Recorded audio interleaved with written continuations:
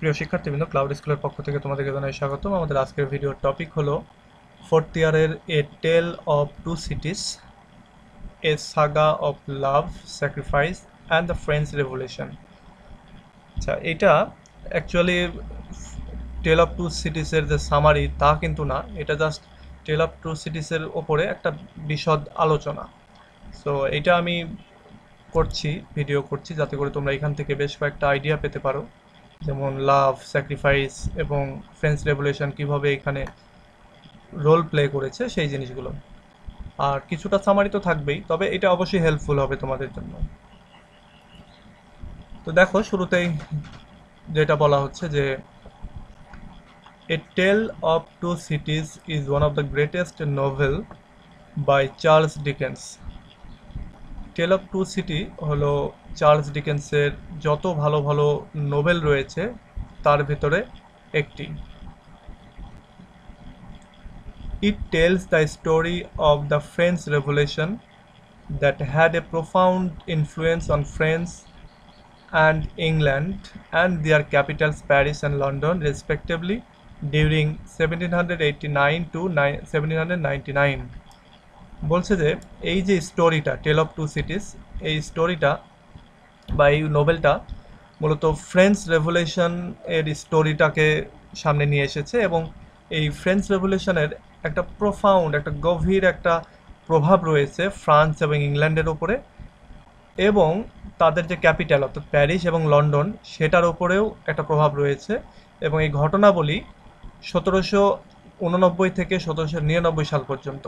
The French revolution was carried out by the peasants and workers of France who had been suffering years after years from extreme poverty and exploitation imposed by them by the ruling authority of France. বলছে French রেভলিউশনটা মূলত বয়ে নিয়ে গিয়েছিল বা পরিচালনা করেছিল পিজান্টরা, অর্থাৎ কৃষক শ্রেণীর যারা রয়েছে তারা, এবং শ্রমিক শ্রেণীর যারা রয়েছে তারা, এবং সবাই ছিল ফ্রান্সের। এবং এই ব্যক্তিরা বছরের পর বছর খুব নিদারুণ পভার্টি, দারিদ্রতা, এবং তাদের উপরে অথরিটির বা কান্ট্রির যে রুলিং অথরিটি রয়েছে ফ্রান্সের, তাদের চাপিয়ে দেওয়া যে বিভিন্ন অত্যাচার, জুলুম, নির্যাতন, সেইগুলোর ফলাফল হিসাবে মূলত ফ্রেঞ্চ রিভলিউশনটা হয়েছিল। Louis 16 was the king of France during that time. বলা হচ্ছে লুইস 16 বা ষোড়শ লুইস ছিল সেই সময় ফ্রান্সের রাজা। The king and his associates had no compassion for the poverty-stricken masses of their country. King এবং তার সহযোগী যারা ছিল, তার অফিসিয়াল যারা ছিল, তাদের দেশের যে দারিদ্রপীড়িত যে বড় একটা জনগোষ্ঠী, তাদের প্রতি কোনো ফিলিংস তাদের ছিল না, সহানুভূতি ছিল না। Most of the people were hungry and penniless, while the royal family and the aristocrats lived in a lot of luxuries and comfort. বলছে কান্ট্রির অর্থাৎ ফ্রান্সের অধিকাংশ লোক ছিল ক্ষুধার্ত এবং টাকা পয়সা ছাড়া অবস্থায় ছিল। ঠিক একই সময় আবার ফ্রান্সের যে রয়্যাল ফ্যামিলি সেটা এবং অভিজাত শ্রেণীরা ব্যাপক আরাম, আয়েশ এবং লাক্সারিতে জীবনযাপন করত। Class discrimination prevailed actually all over France during that time. এবং সেই সময়টাতে যে মানে বৈষম্য, ক্লাস বৈষম্য, যেটা শ্রেণী বৈষম্য, সেটা ফ্রান্সের সব জায়গাটাতেই প্রিভেইল করছিল। Finally common France people lost their patience and রিভোল্টেড against the king. অবশেষে যেটা ঘটলো যে ফ্রান্সের সাধারণ লোক যারা ছিল তারা তাদের যে ধৈর্য, সে ধৈর্যটা হারিয়ে ফেললো এবং তারা কিংয়ের এগেনিস্টে রিভল্ট করলো, বিদ্রোহ করলো। The revolutionaries invaded the Bastille fort on 14 July 1789, released all the prisoners and detained the king and the queen who were later on executed. বলা হচ্ছে যে বিদ্রোহী যারা ছিল তারা বস্তিল দুর্গ সেটা আক্রমণ করলো 14 জুলাই 1789 খ্রিস্টাব্দে। তারা সেখানকার সমস্ত বন্দীদেরকে রিলিজ করে দিল এবং কিং এবং কুইনকে তারা বন্দি করলো এবং পরবর্তীতে তাদেরকে হত্যা করা হয়। They also killed many aristocratic people who were close to the king. তারা অনেক অভিজাত শ্রেণীর লোকদেরকে হত্যা করলো যারা কিংয়ের ক্লোজ ছিল। Violence and bloodshed spread all over France, which led to a reign of terror. Violence এবং রক্তপাত, যেটা সংঘর্ষ এবং রক্তপাত সমস্ত ফ্রান্সে ছড়িয়ে পড়েছিল এবং এইটার ফলে একটা ভয়ঙ্কর রাজ্যে পরিণত হয়েছিল, ভয়ঙ্কর একটা দেশে পরিণত হয়েছিল ফ্রান্স। এটা হচ্ছে আসলে এই যে টেল অফ টু সিটিজ, এইটার হচ্ছে ব্যাকগ্রাউন্ড বলতে পারো। এটা ঘটেছিল ফ্রান্স রেভলিউশনের যে বিষয়টা সেটা, বা এটা ফ্রেঞ্চ রেভলিউশন নিয়ে যদি কোনো শর্ট নোট আসে এটাও কিন্তু লিখে দিতে পারো। এরপরে হচ্ছে মেইন যে কাহিনী, সেটা মেইন কাহিনীতে বলা হচ্ছে যে Charles Dickens depicted in his novel A Tale of Two Cities how French Revolution impacted the lives of ordinary French and English citizens. Tale of two cities এই নোভেলে চার্লস ডিকেন্স সে মূলত চিত্রায়িত করেছেন সাধারণ মানুষের, ফ্রান্সের সাধারণ মানুষের এবং ইংল্যান্ডের সাধারণ মানুষের যে জীবন, সেই জীবনটাকে যারা ফ্রেঞ্চ রেভলিউশনের দ্বারা প্রভাবিত হয়েছিল। This novel tells a story of love, dedication and vengeance. এই নোভেলটি মূলত একটা স্টোরি বলছে, সেই স্টোরিটা হচ্ছে লাভ, ডেডিকেশন আত্ম উৎসর্গ এবং প্রতিশোধের। Doctor ম্যানেট, one of the leading characters of the novel, had been in prison for 18 years for false charges. Doctor Manette নামে এক ক্যারেক্টার, যাকে মানে এই নোভেলের, যাকে প্রায় 18 বছর মিথ্যা মামলা দিয়ে কারাগারে আটকে রাখা হয়েছিল। He had seen a heinous crime committed by two French landlords, which is why he was imprisoned. সে মূলত দেখে ফেলেছিল একটা মারাত্মক হত্যাকাণ্ড, বা মারাত্মক একটা ক্রাইম আর কি দেখে ফেলেছিল, হত্যাকাণ্ড ঠিক না, মারাত্মক একটা ক্রাইম দেখে ফেলেছিল, যেটা ফ্রান্সের দুইজন ল্যান্ডলর্ড এই ক্রাইমটা করছিল এবং পরবর্তীতে এই উইটনেস হওয়ার কারণেই, মানে এই দেখে ফেলার কারণেই পরবর্তীতে তাকে ইমপ্রিজন করা হয়, কারাগারে বন্দি করা হয়। Anyone who witnessed and spoke against injustice and offenses in France during the rule of Louis XVI had to face similar consequences.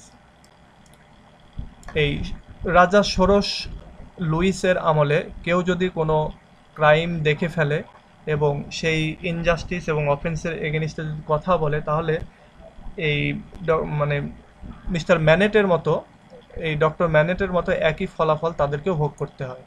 When Dr. Manet was released from prison after 18 years, his daughter Lucy Manet and his old friend Jarvis Lorry met him in Monsieur Defarge's house in Paris. যখন doctor ম্যানেট release হয়, মানে কারাগার থেকে তিনি যখন মুক্ত হন 18 বছর পরে, তখন তার মেয়ে লুসি ম্যানেট এবং তার ফ্রেন্ড, অর্থাৎ ডক্টর ম্যানেটের ফ্রেন্ড জার্ভিস লরি, তারা মনসিওর ডিফার্সে একটা হাউসে, প্যারিসের একটা হাউসে তার সাথে দেখা করে। Monsieur Defarge was a doctor Manette's clerk many years earlier. অনেক বছর আগে এই মনসিওর ডিফার্স মূলত এই ডক্টর ম্যানেটের অধীনে একটা ক্লার্ক ছিল। Doctor Manette was in a disoriented mental state after his release from prison.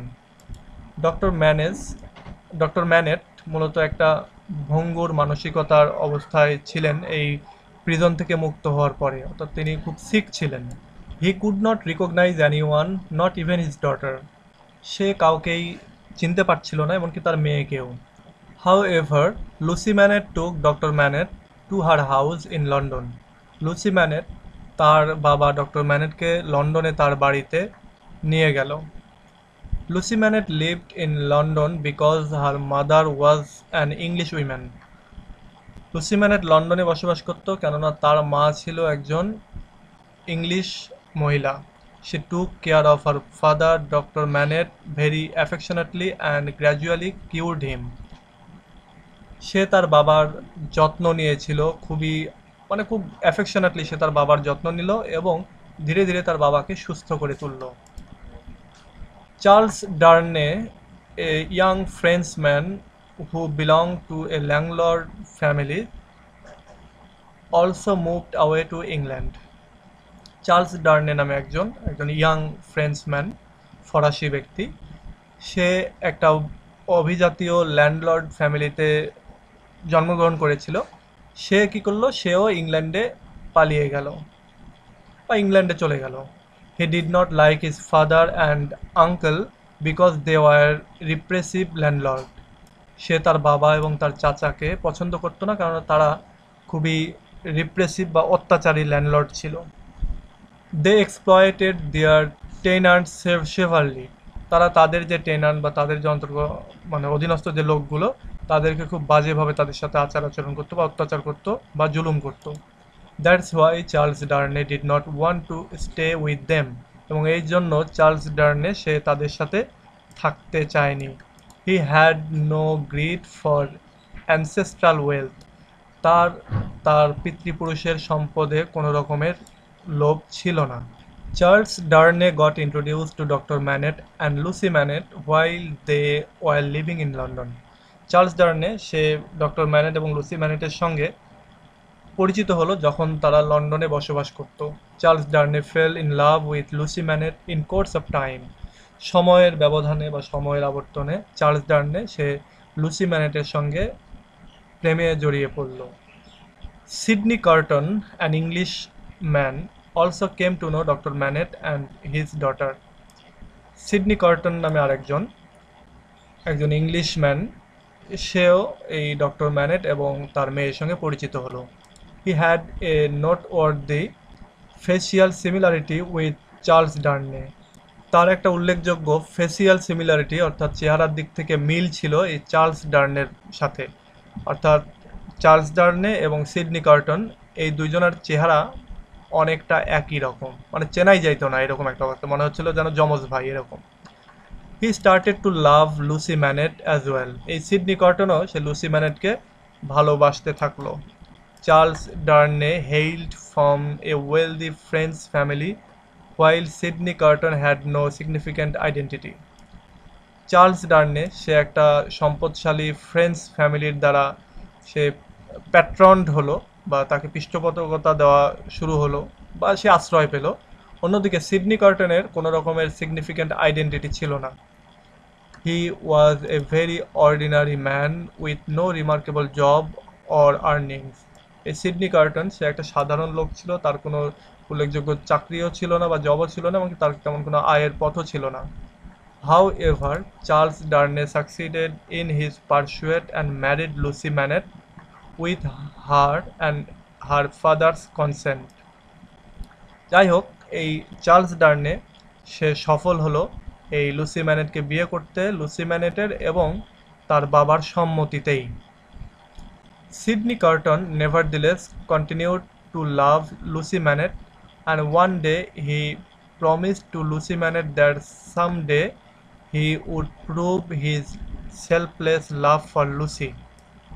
যাই হোক, সিডনি কার্টন সে তারপরেও লুসি ম্যানেটকে ভালোবেসেই গেল এবং সে একদিন প্রমিস করলো যে সে যদি সময় পায় বা যদি সুযোগ পায় তাহলে সে লুসিকে প্রমাণ করে দেবে যে তার ভালোবাসা ছিল সেলফলেস, স্বার্থহীন ভালোবাসা ছিল। Anyway, as French Revolution broke out all over France, people got hold of all the landlords of France and started killing them on guillotines. যাই হোক, ফ্রান্স রেভলিউশন চারিদিকে ছড়িয়ে পড়েছিল এবং সাধারণ জনগণ তারা ল্যান্ডলর্ড যারা ছিল তাদেরকে ধরে ধরে হত্যা করছিল, মানে ফ্রান্সের যারা ল্যান্ডলর্ড ছিল তাদেরকে ধরে ধরে হত্যা করছিল এবং হত্যা করছিল হচ্ছে গিলটনস নামের একটা শিরোচ্ছেদ যন্ত্র দিয়ে, গিলোটাইন্স আর কি। Gabelle, an old servant of Charles Darnay's family, sent a letter to Charles Darnay informing that he had been arrested by the revolutionaries. Gravel একজন পুরাতন সার্ভেন্ট এই চার্লস ডার্নে ফ্যামিলির। সে একটা লেটার পাঠিয়েছিল চার্লস ডার্নেকে ইনফর্ম করার জন্য যে সে অ্যারেস্ট হতে পারে এই রিভলিউশনারদের হাতে। He requested Charles Darnay to come to Paris to get him out of prison. আচ্ছা, এখানে সরি আমি একটু ভুল বললাম। গ্যাবেলে, যে কিনা ওল্ড সার্ভেন্ট, সে ডার্নেকে একটা চিঠি লিখলো এবং বলল যে যারা বিদ্রোহী যারা আছে তারা তাকে মানে প্রিজন করে ফেলেছে, অ্যারেস্ট করে ফেলেছে। এরপরে সেই চিঠিতেই সে আবার চার্লস ডার্নেকে রিকোয়েস্ট করলো যে সে যেন প্যারিসে আসে এবং এসে তাকে মুক্ত করে। Charles Darnay left for France without informing his wife. Charles Darnay সে ফ্রান্সের উদ্দেশ্যে সে বেরিয়ে পড়লো এবং এটা তার ওয়াইফকে জানালো না, অর্থাৎ লুসি ম্যানেটকে জানালো না। He just left a letter at home. সে শুধুমাত্র একটা লেটার লিখে চলে গেল। As soon as Charles Darnay reached Paris, he was detained by the revolutionaries as he belonged to the family of an exploitative landlord. যখনই Charles ডার্নে প্যারিসে পৌঁছালো তখনই বিদ্রোহীরা তাকে গ্রেপ্তার করে ফেললো, কেননা সে নিজেও, এই চার্লস ডার্নেও, সে একটা ল্যান্ডলর্ড ফ্যামিলির থেকে এসেছে এবং তাদের ফ্যামিলিটাও এই সাধারণ মানুষদের উপর অত্যাচার চালিয়েছে। Lucy Manet and Dr. Manet left for France too, as they were highly worried about Charles Darnay's safety. Lucy Manette এবং ডক্টর ম্যানেট তারাও এই ফ্রান্সের উদ্দেশ্যে বেরিয়ে পড়লো, কেননা তারা খুবই উদ্বিগ্ন ছিল যে চার্লস ডার্নের নিরাপত্তা নিয়ে। Charles Darnay was thrown into prison by the revolutionaries and Dr. Manet found no way to get him liberated. Charles ডার্নেকে কারাগারে নিক্ষেপ করা হয় এবং ডক্টর ম্যানেট সে কোনো রকম ওয়ে পাচ্ছিল না তাকে মুক্ত করার। এই striking thing happened at that point, এবং এই সময়টাতে একটা মারাত্মক ঘটনা ঘটে যায়। মানে এখানেই আসলে এই নাটকের যে বা এই যে নোভেল, সেই নোভেলের যে ক্লাইম্যাক্স সেটা। Sydney Carton appeared in Paris too. Sydney কার্টনও প্যারিসে, তাকেও আর কি পাওয়া যায়। He came to know that doctor Manette about Charles Darnay's arrest. সে জানতে পারে ডক্টর ম্যানেটের কথা, ডক্টর ম্যানেটের কাছে, যে চার্লস ডার্নেকে অ্যারেস্ট করা হয়েছে। He bribed the prison guard and took Charles Darnay out of prison and moved inside prison to replace Charles Darnay. আচ্ছা, যেহেতু এই চার্লস ডার্নে এবং সিডনি কটনের চেহারা একই রকম ছিল, সেহেতু এই সিডনি কটন কী করলো, সে প্রিজনের যে গার্ড অর্থাৎ জেলার যে ছিল তাকে সে, বা কারারক্ষী যে ছিল তাকে সে ঘুষ দিল এবং চার্লস ডার্নেকে বাইরে বের করে নিয়ে আসলো এবং সে চার্লস ডার্নের পরিবর্তে ভেতরে থেকে গেল। Charles Darnay reunited with his family. Charles Darnay সে তার ফ্যামিলির সাথে আবার মানে একসাথে হলো। অ্যাজ দ্য নোভেল এন্ডস, যখন নোভেলটা শেষ হলো, Sydney Carton get executed by the revolutionaries. নোভেলের শেষে সিডনি কার্টনকে এই বিদ্রোহীরা হত্যা করলো। Sydney Carton sacrificed his own love to restore happiness in Lucy Manette's family. Sydney Carton সে তার জীবনকে উৎসর্গ করলো এই লুসি ম্যানেটসের ফ্যামিলির হ্যাপিনেসকে রিস্টোর করার জন্য। He saved Charles Darnay in exchange for his own life just to prove his selfless love for Lucy, which was an act of supreme self dedication. সে চার্লস ডার্নেকে মুক্ত করলো তার জীবনের বিনিময়ে, শুধুমাত্র এটা প্রমাণ করার জন্য যে তার ভালোবাসা লুসির প্রতি এটা সেলফলেস ছিল, স্বার্থহীন ছিল। এবং এই ঘটনাটা মূলত সেলফ ডেডিকেশনের, আত্ম উৎসর্গের একটা অনেক বড় উদাহরণ, একটা বড় কাজ। A tale of two city illustrates how general people can overthrow a government if they are tormented continuously. A tale of two cities, এই নোভেলটা মূলত এটা মূলত ইলাস্ট্রেট করছে, এটা মূলত বর্ণনা করছে যে কিভাবে সাধারণ জনগণ দেশের সরকারকে উইথড্র করতে পারে বা ওভারথ্রো করতে পারে, উৎখাত করতে পারে, যদি সাধারণ জনগণকে কন্টিনিউয়াসলি অত্যাচার করে, মানে অথরিটি বা গভর্নমেন্ট যদি সাধারণ জনগণকে কন্টিনিউয়াসলি অত্যাচার করে, তাহলে একটা সময় সাধারণ জনগণ তাদেরকে উৎখাত করবে। At the same time the novel tells love story too, একই সঙ্গে এই নোভেল একটা লাভ স্টোরির কথাও বলছে, with special emphasis on the sacrificial attribute of Sydney Carton's character. এবং একই সঙ্গে আরেকটা অ্যাট্রিবিউটের কথা এখানে তারা বলছে, সেটা হচ্ছে যে সিডনি কার্টনের ক্যারেক্টার, যে কিনা নিজেকে স্যাক্রিফাইস করছে। সো এইটার মাধ্যমে এই নোভেলটা একটা সুন্দর লাভ স্টোরির কথা বলছে, একই সঙ্গে সাধারণ জনগণ যে সরকারকে বা অথরিটিকে যে উৎখাত করতে পারে সেই কথাটাও বলছে। তো এই হচ্ছে মূলত এই টেল অফ টু সিটিসের মেইন স্টোরি। আশা করি এটা তোমরা বুঝতে পারবে, এবং এটা অবশ্যই আমি আমাদের পেইড যে প্রাইভেট গ্রুপ রয়েছে সেখানে অবশ্যই দেব। তোমরা তো এই নোটটা পেয়েই যাবে, এটা খুব সুন্দর একটা নোট হিসাবে ইউজ করতে পারবে তোমরা। সো আশা করি এটা তোমাদের যে ডিজায়ার এই প্রশ্নটা লিখার বা এই স্টোরি থেকে যে প্রশ্নগুলো হয় সেগুলো লিখার, সেটা ফুলফিল করবে। তো ঠিক আছে, আজকে এ পর্যন্তই। নেক্সট ভিডিওতে আবার কথা হবে। টিল দেন, আল্লাহ হাফেজ।